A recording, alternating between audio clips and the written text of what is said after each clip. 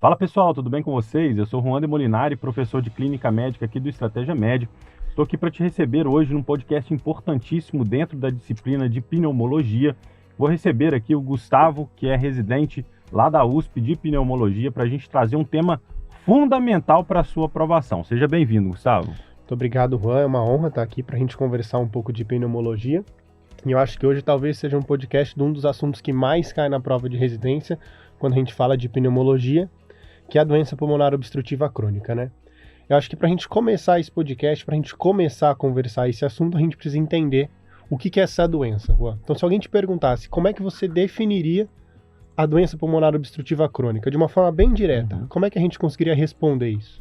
A DPOC é um dos distúrbios ventilatórios obstrutivos mais importantes, em que a gente tem aí como conceituação uma doença que tem o seu caráter prevenível, né? Porque o principal fator de risco envolvido na DPOC em quase 90% dos casos é um fator de risco que pode ser afastado da população. Estou falando aqui do tabagismo. Então, à medida com que a gente reduz o tabagismo na população, a gente reduz também a incidência de doença pulmonar obstrutiva crônica. No entanto, é uma doença que, uma vez instalada, tem o seu caráter progressivo. Então, a tendência é que, ao longo dos anos, os pacientes venham experimentar um declínio progressivo de função pulmonar, né? O que não quer dizer que é uma doença intratável, muito pelo contrário. Existem várias terapias, inclusive com redução de mortalidade na DPOC, mas não é uma doença curável, né? Então, o conceito de tratável é diferente de curável. Existem tratamentos que reduzem mortalidade, no entanto, a doença não tem uma proposta de cura. E a gente pode observar na DPOC como mecanismo fisiopatológico básico uma inflamação reativa a agentes nocivos, né? A gente destaca aqui a questão do tabagismo aí como principal agente nocivo, mas existem outros, a gente vai passar por isso daqui a pouco. E a gente pode constatar na presença de uma doença pulmonar obstrutiva crônica uma limitação persistente ao fluxo aéreo. Então é um distúrbio ventilatório obstrutivo fixo. Isso traz um caráter diferente para a DPOC quando a gente compara com outros distúrbios ventilatórios obstrutivos, né? Eu acho que é muito importante destacar o papel do tabagismo quando a gente fala de DPOC. É, de fato, o principal fator de risco relacionado. Mas é importante a gente lembrar, professor, que além do tabagismo, que é um fator de risco ambiental relacionado à doença, a gente precisa lembrar que a gente tem outros que são descritos, né? Algumas exposições ocupacionais podem estar relacionadas ao desenvolvimento dessa doença, dessa limitação ao fluxo aéreo. A poluição do ar, ela também vem sendo descrita como um fator de risco para o desenvolvimento da doença pulmonar obstrutiva crônica. Exposição à queima de biomassa, antigamente a gente falava exposição àquela queima de produtos de fogão a lenha. Mas é importante a gente lembrar também que, além dos fatores de riscos ambientais que podem levar ao desenvolvimento da doença, a gente tem também alguns fatores e algumas predisposições individuais. A gente vai falar um pouco mais à frente, mas o DPOC sim tem um caráter genético. A gente vai falar de uma causa da doença pulmonar obstrutiva crônica que é eminentemente genética, a gente vai comentar um pouco mais à frente. Mas fatores individuais, como algumas predisposições a infecções pulmonares de repetição, até mesmo a asma é descrita como um fator de risco individual para o desenvolvimento da doença pulmonar obstrutiva crônica ao longo do tempo. É isso aí. Quando você fala de fator genético, Gustavo, a gente está citando especificamente aqui de uma forma mais conceitual a deficiência da enzima alfa-1 antitripsina, né? Que é uma enzima responsável pela degradação da elastase pulmonar, entre outras coisas, né? Isso acaba gerando uma perda das forças elásticas do pulmão, causa então uma complacência pulmonar patologicamente aumentada e é um mecanismo de surgimento de DPOC em um grupo de pacientes muito diferente daquele que a gente está acostumado, né? Então, quando a gente observa DPOC em pacientes muito jovens, que não são tabagistas, né, ou pouco tabagistas, que já têm uma história familiar de doença pulmonar obstrutiva crônica e que tem lá como substrato anatômico, né, visto aí na tomografia, um efizema panlobular, principalmente de predomínio nas bases, o que é diferente da DPOC tabágica, né, que o predomínio enfisematoso é mais nos ápices pulmonares. A gente deve suspeitar dessa deficiência da enzima alfa-1 antitripsina, que já foi objeto de algumas provas em alguns períodos, né? Então fica muito atento, DPOC em jovem, não tabagista, com histórico familiar, com enfisema panlobular, para a gente suspeitar dessa deficiência, né? Eu acho que algo para a gente lembrar é que, assim, a importância dessa doença como causa do DPOC é que a recomendação do GOLD é a gente testar Sim. A deficiência de alfa-1 antitripsina, seja quantitativa ou através do teste genético em todo paciente com doença pulmonar obstrutiva crônica, porque nesses casos o tratamento, além dos broncodilatadores que a gente vai conversar, pode, em alguns cenários, envolver a reposição da enzima, a reposição da alfa-1 antitripsina, pensando em talvez controle de sintomas, o que é diferente dos pacientes que não têm essa doença genética. Isso aí. Inclusive, o documento Gold pede uma dosagem, pelo menos, de todos os pacientes, né? Então, existe essa suspeita nessa população específica que eu citei, mas a gente deve dosar a enzima em todos os pacientes. Então, a gente tinha algumas questões de prova antigamente, falava assim, qual paciente deve ser dosada a enzima alfa-1 antitripsina? E aí tinha que marcar esse perfil de paciente que eu falei. Isso já mudou, deve dosar em todos os pacientes em que a gente constata, né, a presença da doença pulmonar obstrutiva crônica, né? Vamos falar um pouquinho agora de manifestação clínica, Gustavo. Quais seriam as principais manifestações clínicas da doença, né? Como que o paciente se apresenta para a gente lá no consultório e, consequentemente, na prova também? Bom, acho que assim, o principal sintoma da doença, quando a gente fala em DPOC, sem sombra de dúvidas, é a dispneia. Então, a dispneia é o sintoma cardinal da doença. É uma dispneia que usualmente acontece aos esforços e à medida que o paciente vai progredindo a doença e mantendo o nível de exposição, ela pode vir a se tornar cada vez pior.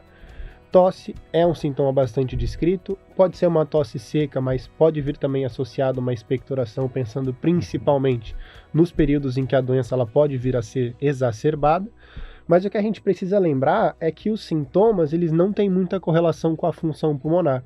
É comum no paciente que se apresenta sintomático que talvez ele já tenha uma doença um pouco mais avançada. Então, de fato, precisamos lembrar, dispneia num paciente com fator de risco compatível, isso já deve alarmar para a gente a possibilidade desse diagnóstico. Exatamente. Eu já vi cair em prova uma questão que tenta correlacionar o grau de dispneia com algum fator que a gente possa mensurar na DPOC, né?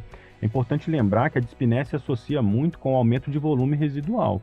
Então, à medida com que o paciente começa a ter mais aprisionamento aéreo, aumento de volume residual, a tendência é que a dispneia aumente. Então, não é uma relação direta com a prova de função pulmonar, com o VF1 do paciente, né? A dispneia tende a piorar quanto maior for o volume residual dos pacientes. Isso já caiu em prova, por isso que eu estou destacando aqui para vocês, tá bom?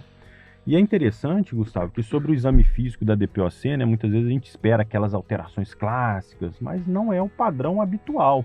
Muito comum que o exame físico seja normal nesses pacientes. A gente vai encontrar alterações quando a doença já estiver ali um pouco mais evoluída, né? E dentro dessas alterações que a gente pode constatar na DPOC, a gente pode ter ali sinais de hiperinsuflação pulmonar, então um aumento do diâmetro antero-posterior do tórax do paciente, uma redução do murmúrio vesicular.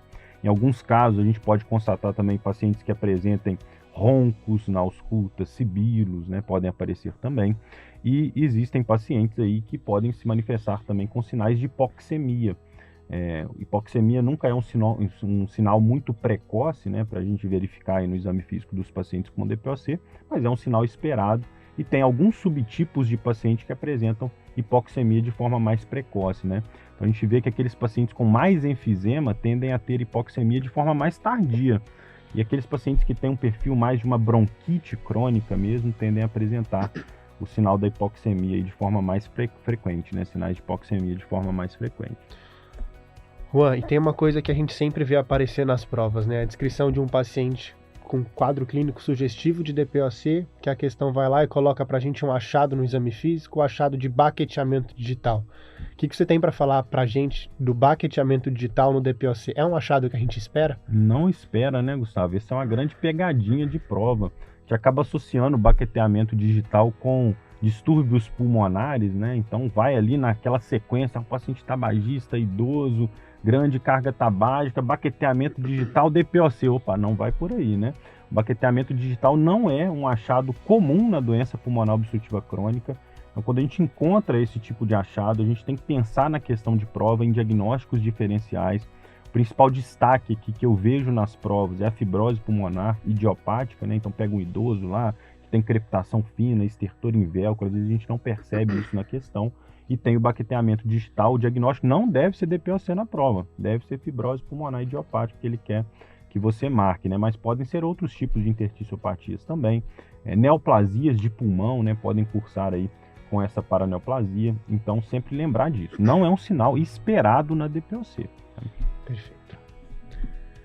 Existe uma complicação, né, Gustavo, também muito frequente nos pacientes com doença pulmonar obstrutiva crônica, que é a hipertensão pulmonar secundária à hipoxemia, né? Pacientes com DPOC que tem aquele perfil de hipoxemia, de longa data, né, acabam desenvolvendo a hipertensão pulmonar e com isso podem cursar no exame físico com sinais e sintomas do comprometimento do ventrículo direito, né, do corpo pulmonar. E como que a gente poderia ver isso então, Gustavo, no exame físico dos nossos pacientes? Eu acho que sim, isso é um achado que a gente esperaria talvez numa doença um pouco mais avançada, né? E é bem como você falou, uma doença pulmonar, levando um comprometimento talvez do ventrículo direito, cursando com uma insuficiência ventricular direita. Aí os sintomas, além da dispneia, que foi o que a gente já conversou, a gente vai ver sinais de falência do ventrículo direito. Então, o aumento da pressão venosa central, às vezes a gente consegue visualizar aquela turgência jugular, ascite, edema de membro inferior, hepatomegalia. Então, baço a gente consegue às vezes encontrar no exame físico desses pacientes, o que não seria esperado num paciente com DPOC sem o comprometimento do ventrículo direito. Edema de membros inferiores, como a gente já falou, ganho de peso, o paciente tem bastante sintoma de anorexia, de intolerância para comer, tudo isso relacionado à congestão que pode acontecer nesses pacientes que, além da doença pulmonar, acabam desenvolvendo também algum grau de insuficiência do ventrículo direito. Exatamente, é um achado tardio, então a gente não vai esperar isso como rotina, né, nos pacientes com DPOC, mas algumas questões de prova trazem esses pacientes e lembrar também da ausculta cardíaca, como um significado ali de hipertensão pulmonar, né? A gente pode ter uma hiperfonese de segunda bulha, que eu vejo muito em algumas provas também nesse cenário de corpo pulmonar, né? Então vamos seguir, Gustavo, vamos falar agora de diagnóstico, né? O diagnóstico de DPOC tem um tripé que a gente precisa encontrar na hora da questão e encontrar na prática também, né? Qual seria esse tripé, então, de fatores que a gente precisa destacar ali na questão e falar assim, poxa vida, ele está querendo me mostrar uma DPOC nessa questão? Eu acho que desse tripé algumas coisas a gente já conversou, né, Juan? Primeira coisa são os sintomas. Um paciente com dispneia, tosse seca ou com algum grau de expectoração. O segundo ponto é a gente identificar algum fator de risco compatível, seja algum fator de risco individual, mas principalmente o que a gente encontra é um fator de risco ambiental, pensando classicamente no tabagismo.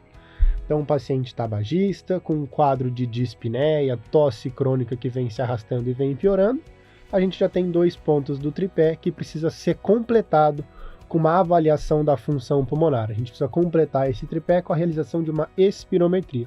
E nessa espirometria, o que a gente precisa encontrar é uma obstrução ao fluxo aéreo, uma obstrução que a gente classicamente considera ser uma obstrução fixa ao fluxo aéreo. Então, um tripé de sintoma, fator de risco compatível e uma função pulmonar alterada. É isso aí, e na verdade a espirometria aqui nesse cenário é obrigatória, né? Então quando a gente vai para a prova lá, ele pergunta qual o exame obrigatório para o diagnóstico de DPOC. Tem que marcar a espirometria, é o exame obrigatório, então a gente precisa ter essa prova de função pulmonar para corroborar ali os sintomas junto com o fator de risco, né? Como sendo aí uma doença pulmonar obstrutiva crônica, né? E lembrar que a DPOC é um distúrbio ventilatório obstrutivo, como o Gustavo bem falou aqui pra gente. Nos distúrbios ventilatórios obstrutivos, a gente tem uma queda importante do VF1, que é o volume expiratório forçado no primeiro segundo, ou seja, o volume que sai do pulmão do paciente de forma forçada na espirometria em 1 segundo. Isso vai cair muito porque é um distúrbio obstrutivo, então existe uma dificuldade do ar sair do pulmão desse paciente naquele primeiro segundo de forma forçada, mas também a gente pode ter uma redução do CVF, né? À medida que a gente tem aprisionamento aéreo, aumento de volume residual, o CVF também cai, tende a cair. Só que a queda do VF1 é desproporcional a essa queda do CVF, e com isso a gente tem uma redução da relação VF1 sobre CVF, que é o marcador aí de distúrbios ventilatórios obstrutivos. DPOC não é o único distúrbio ventilatório obstrutivo, é sempre bom lembrar, né? A gente pode ter asma também com queda do VF1 sobre CVF, fibrose cística, bronquiectasias, né? Tem outros distúrbios ventilatórios obstrutivos. Mas na DPOC, esse achado de um VF1 sobre CVF menor do que 0,7 no período pós-broncodilatador. Por que pós-broncodilatador? Porque é um distúrbio ventilatório obstrutivo fixo.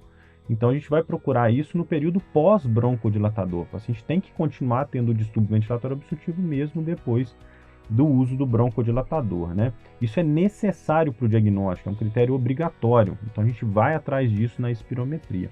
Mas o VF1, apesar de na prova ser objetivo, né? Então a gente vai procurar esse VF1 sobre CVF menor que 0,7 sempre na prova, no período pós-broncodilatador, ele não é um valor absoluto. E por mais que seja raro em prova, eu já vi algumas provas cobrando valores que não são tão objetivos. Então a gente pode ter sim, para aquele paciente, para aquela população, para aquela idade, um limite de corte, né, de referência ali do VF1 sobre CVF diferente de 0,7. E estando reduzido esse valor no período pós-broncodilatador, a gente pode corroborar a hipótese de DPOC.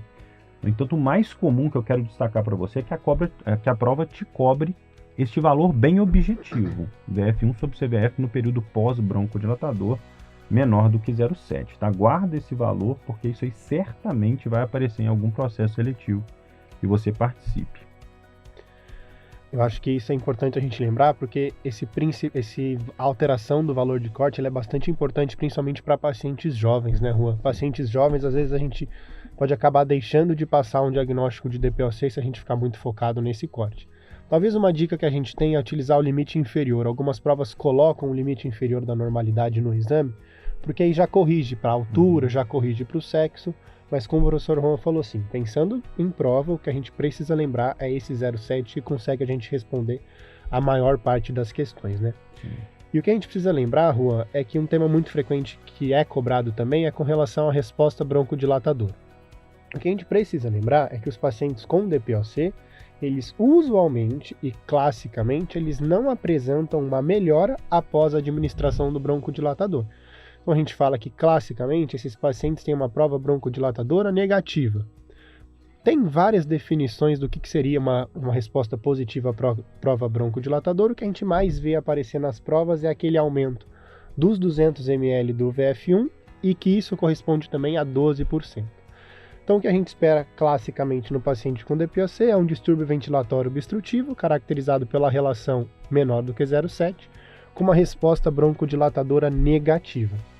Mas a gente não pode se surpreender se eventualmente a questão descrever para a gente um paciente tipicamente com fator de risco compatível, com sintomatologia compatível, com uma tomografia compatível talvez com DPOC e que pode vir a apresentar uma resposta broncodilatadora positiva, né? Exatamente. E essa prova broncodilatadora positiva, né, às vezes está na nossa mente, assim, que isso é asma brônquica, né? Nem sempre. A gente tem a descrição na literatura que quase 10% dos pacientes com DPOC podem ter a prova broncodilatadora positiva. Então, o que o paciente com DPOC tem que ter? Relação VF1 sobre CVF menor que 0,7. E a prova broncodilatadora, o mais comum, né, quase 90% dos casos, é que seja negativa. Mas não é obrigatoriamente negativa, né? E é interessante que às vezes vem um conceito assim que nos confunde, né? Fala assim, se a prova broncodilatadora veio negativa, eu vou usar broncodilatador para esse paciente, né? Parece contraintuitivo, não parece fazer muito sentido isso. E na verdade vai, né? O grande tratamento da DPOC, as medicações, né, que tratam a DPOC são os broncodilatadores. Então uma prova broncodilatadora negativa não descarta a necessidade de uso de um broncodilatador. Muito pelo contrário, todo paciente com DPOC vai ganhar algum tipo de broncodilatador, né? Isso não muda o nosso tratamento. Agora, um conceito que é importante, Gustavo, de a gente lembrar, e que muita gente se confunde, né, na hora ali de responder uma questão de prova, e tem caído muito nas provas, é a questão da complacência pulmonar na DPOC, né? A gente tem que lembrar que na doença pulmonar obstrutiva crônica, a gente perde as forças elásticas do pulmão. E com isso, a complacência pulmonar é patologicamente aumentada. Ou seja, o ar entra muito fácil no pulmão da DPOC, né? Para quem trabalha com terapia intensiva, vê lá qualquer pressãozinha que você coloca no ventilador, faz um volume enorme no pulmão da DPOC. A dificuldade é para sair esse ar, né? Ele entra, mas na hora de sair eu não tenho força elástica para expulsar o ar de novo. Então lembra desse conceito, tem caído muito em prova, né? Em decorrência dessa complacência patologicamente aumentada, os pacientes com DPOC podem vir a desenvolver sinais de aprisionamento aéreo, de hiperinsuflação pulmonar, e a gente pode observar alguns desses sinais na radiografia, né, Gustavo? Eu acho que sim, a radiografia de tórax talvez seja o exame que a gente precise nas provas para saber identificar os sinais de hiperinsuflação, porque de fato é um dos exames que mais é cobrado da gente, né? Sim. Então como é que a gente consegue, numa radiografia de tórax, identificar os sinais de hiperinsuflação, né? Acho que o primeiro é a gente aumentar o número de arcos costais, de espaços intercostais que a gente consegue identificar. Então, acima de 10, 11 espaços intercostais a gente identificar na radiografia de tórax, isso já sugere para a gente algum grau de hiperinsuflação, talvez de aprisionamento aéreo, então também. Outra coisa que chama atenção, como o pulmão fica muito hiperinsuflado, o coração fica pequeno, né? Então aquele achado de coração em gota também é descrito. O aumento do diâmetro antero-posterior do tórax é também um outro achado sugestivo dessa hiperinsuflação que a gente pode encontrar. Um aumento do espaço retroesternal entre o coração e o externo, quando a gente fala na radiografia de tórax de perfil, é também um outro achado. E por último, o diafragma retificado. O pulmão fica tão hiperinsuflado que o diafragma perde aquela curvatura normal, ficando mais retificado, mais linear, o que também pode traduzir em sintomas, né? O paciente com o diafragma retificado, já bastante hiperinsuflado, talvez é um paciente muito mais sintomático já. É isso aí. E nada impede também da radiografia na DPOC ser normal, né? Isso aí é um achado que a gente encontra em alguns pacientes, sugere muito o diagnóstico, aumenta a probabilidade, né? Não confirma o diagnóstico. Então, tórax hiperinsuflado não é igual a DPOC, né? Podem ser outros transtornos. No entanto, num contexto apropriado, uma radiografia como essa que o Gustavo descreveu, principalmente numa questão de prova, você vai para o abraço ali, que é a doença pulmonar obstrutiva crônica, né? Falando de exames complementares de imagem, né, um exame que tem muito espaço na doença pulmonar obstrutiva crônica é a tomografia de tórax, né, porque a tomografia é capaz de identificar para a gente não só sinais de hiperinsuflação pulmonar, como também o próprio enfisema pulmonar, que é um tipo de lesão muito chamativa na doença pulmonar obstrutiva crônica. Mas só basta lembrar aqui que o achado de enfisema pulmonar não é igual a DPOC, né? Podem ter percebido que quando a gente falou de diagnóstico lá atrás, a gente não falou de enfisema pulmonar. Tem pacientes que têm o achado de enfisema pulmonar e não tem doença pulmonar obstrutiva crônica. Então a gente precisa diferenciar isso. Mas o padrão de enfisema já foi objeto de algumas provas. A gente lembra que o tipo de enfisema mais comum nos tabagistas é o enfisema centrolobular, é o mais presente nos tabagistas. Mas a gente também pode ter nos tabagistas, principalmente, aquele enfisema paraseptal, né, Gustavo, que está perto ali da pleura. Esse enfisema paraseptal chama atenção porque ele, em alguns casos, pode acabar se rompendo e a gente ter aí um pneumotórax espontâneo secundário, né, relacionado aí à presença desse enfisema paraseptal, aqueles que ficam próximos ali da pleura. Só lembrar de um outro tipo de enfisema, que é muito mais raro, né, a gente vê muito pouco, mas existe também. Em prova já caiu também, que é o enfisema panlobular, né? Que é aquele enfisema mais difuso, que pode acometer as bases pulmonares, que, como a gente falou anteriormente, está muito correlacionado com a deficiência da enzima alfa-1 antitripsina, né? Perfeito. Eu acho que assim, a gente já falou de quadro clínico, a gente já falou de exames de imagem que podem nos auxiliar no diagnóstico, a gente precisa agora classificar e estadiar o nosso paciente, né, Rô? E o que a gente precisa lembrar desse ponto de vista de classificação e estadiamento do nosso paciente é que para isso a gente vai utilizar basicamente 3 parâmetros.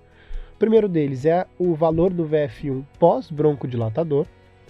A gente vai avaliar também o grau de dispneia do meu paciente. A gente avalia esse grau de dispneia do nosso paciente de uma forma um pouco mais objetiva através de algumas escalas. E a gente vai comentar daquela que é mais cobrada nas provas, que é a escala de MMRC. E a outra forma que a gente tem para classificar o meu doente, que vai auxiliar na hora de definir o tratamento, é avaliar ou não se o meu paciente é ou não exacerbador. Então, o que a gente precisa para classificar a doença, o VF1 pós-broncodilatador, o grau de dispneia do meu paciente e o padrão de exacerbação desse paciente. Isso aí. A primeira classificação, né, que é quanto ao grau de obstrução ao fluxo aéreo, que é a classificação espirométrica, aquela classificação que traz para a gente aí o VF1 pós-broncodilatador, ou seja, o tanto de ar que saiu do meu pulmão, o volume que saiu do meu pulmão em 1 segundo no período pós-broncodilatador, é uma classificação prognóstica, né? Ela fala sobre prognóstico na DPOC, não tem tanto impacto no tratamento da doença. Ela acaba sendo um objeto menos cobrado em provas, mas existem sim várias questões de prova que cobram essa classificação. Pelo documento GOLD, a gente pode dividir esses pacientes em 4 grupos, né, baseado no VF1 pós-broncodilatador. Lembrando, quanto menor o VF1, mais grave é a DPOC, né? Menos ar saiu do pulmão naquele primeiro segundo. Então eu gosto de traçar da seguinte forma para a gente lembrar os grupos. Olha, guarda os números, que é 30, 50, 80. 30, 50, 80. Ou seja, maior do que 80, maior ou igual a 80%, seria uma DPOC leve ou GOLD 1. Entre 50% e 80% seria uma DPOC moderada ou GOLD 2. Entre 30 e 50, DPOC grave ou GOLD 3, e menor do que 30% seria uma DPOC muito grave ou GOLD 4. Tá? Essa é a classificação espirométrica, uma classificação, como eu falei, não tem tanto impacto no tratamento, mas é objeto de algumas questões de prova. Tá? Segunda parte, então, da classificação da doença é a avaliação do grau de dispneia. E para isso o que a gente precisa levar para as provas é o conhecimento da escala do MMRC. E nessa escala o que a gente precisa lembrar é como é que a gente vai dividir os pacientes pouco sintomáticos daqueles pacientes muito sintomáticos. Essa escala é uma escala que vai de 0 a 4, sendo 0 aquele paciente que tem dispneia apenas aos esforços intensos, além do habitual. 1, o paciente que tem sintoma de dispneia quando sobe uma ladeira, sobe uma escada ou anda um pouco mais rápido. MRC de 2, que é aquele paciente que tem dispneia ou que precisa andar mais devagar por conta da dispneia comparado a pessoas da própria idade. MRC de 3, que é aquele paciente que precisa parar quando caminha menos de 100 metros ou quando caminha alguns minutos no plano. E MRC 4, aquele paciente que tem doença em repouso. O que a gente precisa lembrar, Juan, é que talvez na hora da prova é difícil a gente lembrar tudo isso. Então, talvez a gente precise lembrar aquele corte que vai nos auxiliar na hora de definir o tratamento. E talvez o mais importante para a gente lembrar talvez seja o MRC de 2, que é aquele paciente que precisa andar mais devagar que as outras pessoas da mesma idade. Por quê? MRC de 0 a 1 a gente vai considerar que é um paciente pouco sintomático. MMRC maior ou igual a 2, um paciente muito sintomático. E isso a gente precisa lembrar porque vai ajudar a gente na hora de definir com relação ao tratamento, né? Sim, então, para classificar a DPOC isso é muito interessante, né? Porque o MRC traz 5 grupos de pacientes. E na hora da classificação a gente não usa 5 grupos. Assim, o MRC1 não é diferente do 0, o 2 não é diferente do 4. É claro que em termos de prognóstico, né, de apresentação clínica é diferente. Mas para a classificação da DPOC, a gente usa uma classificação binária, né? Que é o paciente que é oligoassintomático, que é o 0,1, e os pacientes sintomáticos, que é do 2 para baixo. Então, se você guarda o 2, como o Gustavo deu essa dica aí, você sabe que se ele anda mais devagar do que uma pessoa da mesma idade, ele já é um paciente considerado muito sintomático. Daí para baixo é todo mundo pior, né? Então eu não consigo caminhar nem 100 metros. É pior do que não conseguir acompanhar uma pessoa da mesma idade. Eu tenho dispneia para me vestir, né? Eu tenho dispneia no repouso. Isso é muito pior do que não conseguir acompanhar uma pessoa da mesma idade. Isso te ajuda muito na hora da prova. Você tem que saber quem é oligoassintomático. Subir ladeira, escadas, é um grande esforço. Então, quer dizer, oligoassintomático, são poucos sintomas, né? Enquanto que dali do 2 para baixo o paciente vira muito sintomático. E aí você lembrando dessa classificação, são 5 grupos, mas para a DPOC você faz uma classificação binária, fica muito mais fácil de acertar na hora da prova. E na hora de fazer essa classificação, né, Gustavo, que combina aí exacerbações com sintomas, a grande dica hoje em dia, que o documento GOLD traz para a gente, que é a classificação em A, B e E, é começar sempre pela avaliação de exacerbação, antes mesmo da dispneia. Porque se o paciente é considerado exacerbador, você já classificou ele. Ele é um GOLD E, não precisa nem olhar para o sintoma dele, tendo sintoma ou não no dia a dia. Só por ser exacerbador ele já passa a ser o GOLD E, né? E o que é um paciente exacerbador na nossa análise? É aquele paciente que tem uma exacerbação grave no último ano, a gente considera sempre o período de 1 ano, ou seja, o paciente que precisou de uma internação hospitalar, ou pelo menos ali ficar na emergência internado, e duas exacerbações leves a moderadas, pelo menos 2 exacerbações leves a moderadas, que são exacerbações que não demandaram uma internação hospitalar. Se o paciente tem esse perfil, está classificado. Ele é um GOLD E, de exacerbador. A letra até ajuda, né, na hora da gente lembrar qual é o GOLD E aí de exacerbador, né? E a dica do GOLD A é aquele paciente que é oligoassintomático, né? Assintomático. É aquele paciente que não exacerba, porque senão seria GOLD E, e não tem muito sintoma no dia a dia também não. Então ele é o GOLD A, é o menos grave. O GOLD B, que é o que faltou aí, é o que sobrou, né? Que é o paciente que tem sintoma no dia a dia, então o MRC maior ou igual a 2, ou algumas provas podem trazer o CAT, né? Score maior ou igual a 10, como sendo um padrão de sintomas. Esse paciente tem sintoma, GOLD B, mas ele não exacerba, né? Então a gente fecha a classificação juntando aí a classificação espirométrica, que é aquela que a gente falou, de GOLD 1, 2, 3 ou 4, com a classificação da combinação entre sintomas e exacerbações, que é o GOLD A, B e E, né? E uma vez feita essa classificação, aí sim a gente está apto para tentar instituir um tratamento medicamentoso para os pacientes com DPOC, não é, Gustavo? Perfeito. E o que a gente precisa lembrar, como você já mencionou, né, o pilar do tratamento desses pacientes envolve o uso de broncodilatadores. E é importante a gente classificar esses pacientes porque qual broncodilatador eu vou dar depende basicamente dessa classificação. Então vamos começar com aqueles pacientes que não exacerbam, são oligo-assintomáticos, né, pensando naqueles pacientes classificados no grupo A. Para esses pacientes, a gente pode utilizar qualquer broncodilatador. Pode ser broncodilatadores de curta duração, pode ser broncodilatadores de longa ação, aquelas siglas, né? LABA, LAMA, SABA, SAMA. Nesse paciente, a gente pode utilizar qualquer opção de broncodilatador.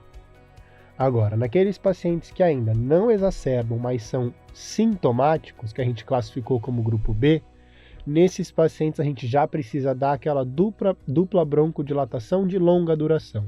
Então a gente vai dar o LABA, que é o beta-agonista de longa duração, associado a um LAMA, né, um antimuscarínico de longa duração. Nos pacientes que a gente classifica como exacerbadores, que são aqueles do grupo E, independente de sintomas, o tratamento básico é LABA mais LAMA. Só que nesses pacientes a gente teve uma atualização que talvez o tratamento possa mudar a depender do nível de eosinófilos séricos, né? Então, nesses pacientes que a gente classificou como Gold E, que a gente vai precisar iniciar o tratamento, se ele tiver mais de 300 eosinófilos, o tratamento, além do LABA, LAMA, envolve também o uso de um corticoide inalatório, né? Então, isso é o que a gente precisa lembrar para esses pacientes e lembrar que talvez a terapia de resgate para todos a gente vai utilizar o SABA, né, o beta-2 agonista de curta duração. Exatamente. Em todos os pacientes cabe, né, deixar prescrito lá um SABA, porque em algum momento eventual ele pode precisar, né, de um resgate, então a gente deixa o SABA. E é interessante no Gold E a gente pensar o seguinte, olha, o paciente exacerba muito, né, ele é exacerbador. E tem muito eosinófilo, ele tem uma DPOC que parece uma asma, né? É DPOC, mas parece asma, porque exacerba muito e porque tem eosinófilo alto. E a droga da asma brônquica é o corticoide inalatório, né? O pilar do tratamento da asma brônquica. Então, se eu tenho uma DPOC que é muito parecida com uma asma, faz sentido usar o corticoide associado à terapia da DPOC, né? Por isso que a gente usa essa terapia tripla na doença pulmonar obstrutiva crônica. E vale ressaltar que nesse subgrupo, essa terapia tripla envolve aí o LABA, mais o LAMA, mais o corticoide, ou seja, um beta-agonista de ação longa, mais um antimuscarínico de ação longa, mais o corticoide inalatório, no Gold E, com eosinofilia maior do que 300, então é nesse subgrupo, né? A gente pode ter até evidência de redução de mortalidade, olha só, uma terapia medicamentosa, algo muito importante que foi obtido aí pelos estudos, né? Mostrando redução até mesmo de mortalidade, né? E além disso, né, Gustavo, a gente tem outras terapias que também mostram impacto em redução de mortalidade, né? Eu vou destacar algumas aqui, depois o Gustavo destaca outras. A principal delas aqui é a cessação tabágica, né? Então, parar de fumar é uma recomendação para pacientes com DPOC em qualquer fase da doença pulmonar obstrutiva crônica. É a principal terapia redutora de mortalidade historicamente, aí. Por isso a gente tem que sempre entrar nesse âmbito aí para poder falar com os pacientes. Outra terapia capaz de reduzir mortalidade seria o uso do oxigênio domiciliar prolongado, né? Uma terapia já consagrada para aqueles pacientes com DPOC e hipoxemia associada. E aqui eu gosto de lembrar de um mnemônico que é um telefone que a gente guarda do DPOC, que é o 5588-5989+. Antigamente, Gustavo, quando eu namorava, né, estava ali na adolescência, juventude, decorava o telefone da namorada, tinha isso, né? Hoje em dia a gente parou de decorar, mas o da DPOC a gente continua decorando. Que é o quê? PaO2 menor ou igual a 55 ou saturação de O2 menor ou igual a 88, a gente vai usar oxigênio, terapia domiciliar prolongada para esses pacientes com DPOC, isso fora da exacerbação, lógico, né? PaO2 menor ou igual a 59, ou seja, de 56 a 59, ou saturação de 89%, né? Porque menor do que 89 já é 88, já ganha oxigênio mesmo. Nessa faixa entre 56 e 59 de PaO2, saturação de 89, a gente também pode ter indicação de oxigênio terapia domiciliar prolongada naquele paciente que tenha sinais já de hipoxemia crônica e de hipertensão pulmonar, né? Que seriam aqueles pacientes com hipertensão pulmonar, cor pulmonar, poliglobulia. Aí a gente também dá oxigenoterapia domiciliar prolongada. E oxigenoterapia domiciliar prolongada não é oxigênio noturno, né? É pelo menos 15 horas do dia com o uso do oxigênio, mantendo uma meta ali de saturação maior ou igual a 90%. Então vai ajustar o fluxo de oxigênio de acordo com o que a gente vê na oximetria do paciente. Nesse grupo, isso reduz mortalidade, né? Então, é uma terapia muito interessante, né, Gustavo? Perfeito, né? Então, como você mencionou, o oxigênio prolongado, né? Pelo menos 15 horas por dia. Então, voltando então nas terapias que a gente considera como que reduzem impacto na sobrevida desse paciente. O professor já mencionou da cessação tabágica, do oxigênio domiciliar. Uma outra terapia muito importante para esses pacientes é a reabilitação, né? A gente fala de reabilitação pulmonar, mas não são exercícios respiratórios, são exercícios basicamente de ganho de massa muscular, né? Os pacientes, eles precisam estar fortes para que a doença fique bem controlada, né? Então a reabilitação pulmonar também é uma terapia com impacto na sobrevida desses pacientes. Um outro tratamento que impacta na sobrevida de algum subgrupo é o uso do BiPAP domiciliar, basicamente para aqueles pacientes que retêm muito CO2 a despeito do tratamento otimizado. Então aquele paciente que é retentor a despeito do tratamento otimizado, esse paciente também se beneficia do uso do BiPAP domiciliar, aí sim, principalmente o uso do BiPAP durante a noite, também com impacto de sobrevida. Naqueles pacientes GOLD-E com eosinofilia, a terapia tripla também foi comprovada ter impacto na sobrevida desses pacientes. E por último, Juan, algo que precisa que a gente selecione pacientes muito específicos, né? Que são aquelas cirurgias de redução volumétrica pulmonar, seja através de válvula por broncoscopia, seja através de cirurgia mesmo, mas são pacientes muito selecionados, com enfisemas basicamente em lobos superiores, mas também nesses pacientes que teriam indicação, é uma terapia que também teria impacto na sobrevida desses pacientes. São procedimentos que são de exceção, né, na terapia para DPOC, muito complexos, né? E com algumas consequências também, então reservados aí para um subgrupo muito específico. É bom saber, porque pode estar em alguma alternativa ali de uma questão de prova que questione aí terapias que mudam a mortalidade na DPOC, né? Outra terapia, que não é bem uma terapia, né? Outro impacto em mortalidade que a gente possa ter com alguma ação que a gente tem na DPOC é a vacinação, né? Quanto à vacinação, a gente tem comprovação de redução de mortalidade apenas com uma imunização, que é a vacina anti-influenza, que está recomendada anualmente nos pacientes com doença pulmonar obstrutiva crônica. No entanto, a gente tem indicação de imunizações diversas na DPOC, né? Como, por exemplo, a vacinação antipneumocócica, que é indicada aí nos pacientes com DPOC, pode fazer uma dose, um reforço depois de 5 anos, com a vacinação habitual do nosso país, mas pelo documento GOLD, eles dão preferência aí para PCV 21, que é uma vacina que a gente não tem no Brasil, ou uma dose da PCV 20, né? Mas a gente usa a que a gente tem no Brasil aqui, também com grande recomendação de uso, né? Existe também a recomendação de vacinação para Covid-19, né, para SARS-CoV-2, de acordo com a recomendação de cada país, né? Isso aí tem uma variabilidade muito grande na literatura, e a gente tem documentos muito divergentes entre os países, né? Uma outra vacina muito interessante que tem sido muito falada nos últimos anos é a vacina para o vírus sincicial respiratório, né? Que na DPOC está indicada para todos os pacientes com idade maior ou igual a 60 anos, então a gente vai atrás também desse tipo de imunização.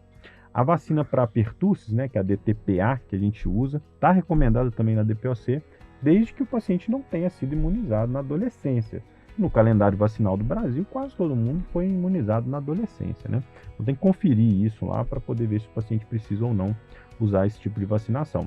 E a vacina para herpes zoster, que também tem indicação para os pacientes com DPOC e idade maior do que 50 anos. Então, são terapias adicionais aí que podem ser acrescentadas no paciente com DPOC e já foram objeto de algumas provas em alguns casos específicos, né? Existem outras terapias também, Gustavo, que são mais terapias de exceção, né? Como, por exemplo, o roflumilast, né, o inibidor da fosfodiesterase 4, que está indicado aí para aqueles pacientes refratários, né? Você vê que quando a gente falou de tratamento inicial aqui, a gente nem sequer citou essa droga, né? Porque é uma droga realmente indicada para aqueles pacientes que não responderam bem às terapias iniciais, né? Eu acho que assim, essa é a ideia, né? Quando as coisas não evoluíram bem com o tratamento que a gente instituiu, naqueles pacientes que continuam exacerbando, a gente tem que lançar a mão de outras terapias que talvez são exceção mesmo, né? Uma que o professor falou, o rofumilast, o inibidor de fosfodiesterase, que talvez seja mais indicada para aqueles pacientes que continuam exacerbando a despeito da terapia otimizada, que tem aquele perfil mais bronquítico, mais secretivo e com VF1 abaixo de 50%. Uma outra opção nesses pacientes que seguem exacerbando é o uso da azitromicina. A azitromicina, que pode ser 500 mg em dias alternados ou 250 mg diária, mas aí naqueles pacientes que seguem exacerbando, que tem aquele perfil mais enfisematoso, e o benefício é principalmente naqueles pacientes que não são tabagistas, né, que já cessaram o tabagismo. Só que lembrar da azitromicina, que a gente precisa fazer o eletrocardiograma, ficar atento a alguns efeitos colaterais de hepatopatia e hipoacusia. Mas como o professor falou, são terapias já de exceção para uma doença mais avançada naqueles pacientes que seguem exacerbando a despeito do tratamento, né? Também são muito mais raros em prova, né? A gente não vê tanta questão cobrando essas duas drogas, né? É bom a gente saber que existe ali. Em algum caso ou outro já apareceu, mas não é nada tão comum assim pra gente, mas é bom saber que tem essa opção também pra gente poder usar. A gente vai encerrando então o primeiro bloco aqui do nosso podcast sobre doença pulmonar obstrutiva crônica. Teremos um segundo bloco em que trabalharemos agora as exacerbações da doença pulmonar obstrutiva crônica, né? A gente se vê lá então. Forte abraço para vocês, bons estudos e até a próxima.